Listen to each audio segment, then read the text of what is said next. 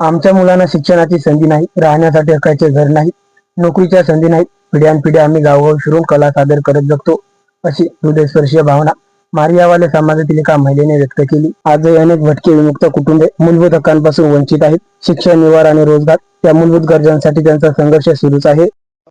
मंजुला रामलिंबलकर.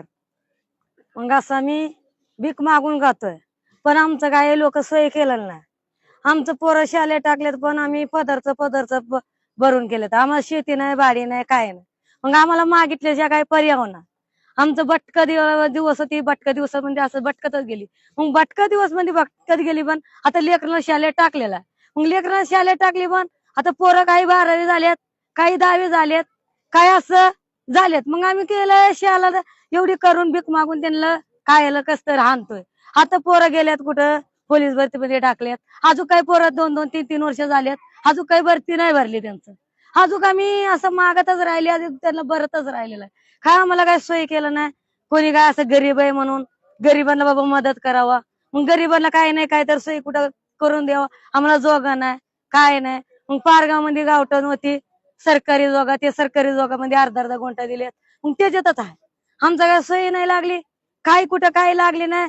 मग असं बघ, लेकरांना घ्यायची. आता या पोरांचा शाळा चालू होणार 15 तारीख. मग या 15 तारखेला परत यांना शाळेत.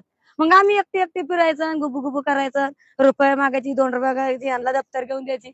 मग परत त्यांना पुण्याला पोराला टाकल्यात. मग त्यांना काय असेल त्यांना पुरवायची. मग आपल्याला काही सोय नाही. त्यासाठी मी काय म्हणतो, हात जोडून विनंती करतोय, पण आमचं लोकांसारखंच काहीतरी तुम्ही फायदा करा, काहीतरी आमचं चांगलं करा. मग आम्ही काय असं भटकतच गेलेलं आहे. पोरांना शिकायला टाकली, मग त्यांचं काय शिकणं म्हणजे काही नापास व्हायला लागली. मग त्याच्यात काय मी म्हणतोय, आमचं मदत केलं तर लय चांगलं झालं असतं.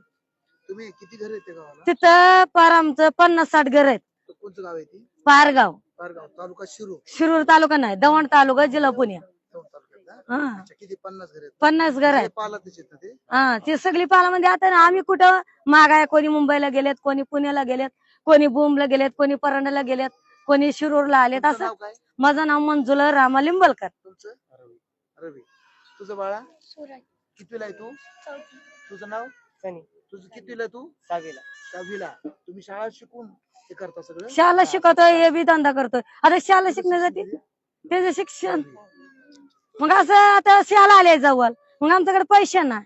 मग शाळेतलं बारदान असतंय. आम्हाला काही पेन्शन पण पोरांना भेटत नाहीत. की पारगाव शाळेमध्ये टाकली आम्ही. नुसतं आमचंच पदार्थ. काही दिलं पास काढ. बरं, आम्ही काय अडचण तर फोन करू. आणि सरकारला काय सांगणार? हे सांगणार आमचं चांगलं करा बाबा, आमचं काय तर सोयी लावा. आम्ही कवर भीक मागून मरावा, आमच्या पोरांचं तर चांगलं करावा, एवढे सांगतोय आम्ही. आमची यात्रा निघाली, घराची नोंदणी झाली पाहिजे आणि जनगणना झाली पाहिजे. त्याच्याबद्दल तुम्हाला काय वाटतं? आम्हाला घराचं लोन केलेलं चांगलं वाटणार, आमचं सोय केलेलं चांगलं होणार आमचं परत.